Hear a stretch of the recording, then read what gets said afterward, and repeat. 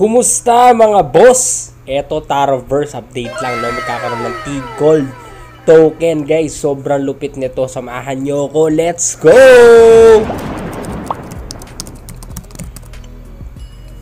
So quick update lang tayo, guys, no? So malapit na nga palang giveaway natin, pero bago yun, guys, ito yung Taro Gold token. So offering starts July 21, 2022. And guys, offering ends July 26. So pwede na kayo mag-deposit ng tokens dito, guys. Whatever you prefer, it's up to you. Okay, so expected claim amount is T-Gold. Taro yung ipapasok ninyo. Yan na yung total raise. Babakan nyo yan, guys. So magkakaroon din ng another round. No? Ito naman sa BUSD. So pwede rin kayo dito kung gusto nyo BUSD.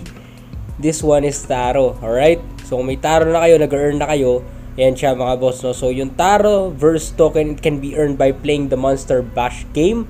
The digital asset serves as a replacement for reward coins and will be used to upgrade stats of heroes within the game to climb higher rank.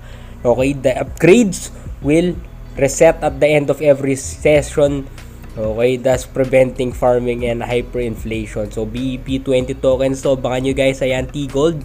Token price 0.05, total raise $100,000, total say 20 million. Okay, initial supply 25M, and initial market cap 125,000. Listing date 27 July. PancakeSwap 100% unlock siya on July 4th. So guys, abangan nyo yan kung gusto nyo ng malupit na token. I do believe Taroverse has big potential, guys. Kung titignan nyo, the heroes, the gameplay, all in all, guys, sobrang lupit ng game na to, and also detailed roadmap. So magkakaroon din ng metaverse services dito, development, organized events, parties, activities, public alpha testing, functional play to earn features, development, land system, tactics, royal development, brand awareness, CX listing, heroes, NFT skins, tactics, royal, public, and marami pang iba katulad ng esports, competition, merch, and more.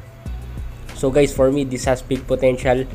Okay, it can be earned by playing the Monster Bash game. So in-organize ko lang para maintindihan nyo na mas, makita nyo na mas organized, no? Kasi kanina black yung background, no? For you to see it easily for yourself. So yan guys, no? T-Gold, no? So pwede na kayo mag-stake kung gusto ninyo. Optional pa rin yan. Nasa inyo pa rin yan. Decision nyo pa rin yan. Pero you can also download Taroverse and you also watch my videos regarding this. So merong mga updates sa Twitter nila, so make sure you follow them, and ito yung CA nila for those who did not yet see it. Pero Metaverse, GameFi, NFT, and DeFi combined to, guys.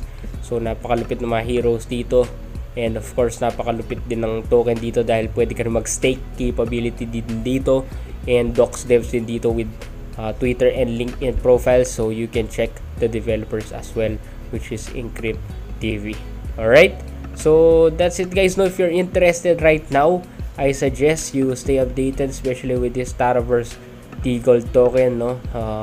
This will be launching soon, so stay updated sa PancakeSwap. Kung wala ka pang Taro, pwede ka na kumuha sa PancakeSwap right now. You just connect your wallet and stay updated and just get Taro. Okay, so you can already start getting it. Okay, so you can use BNB or USDT, guys. Ganun lang kasimple mga boss. Ingat kayo. And make sure you follow them on social medias na rin, no? So yan na yung BNB staking, Taro, BUSD staking. Have a nice day mga boss, and stay updated.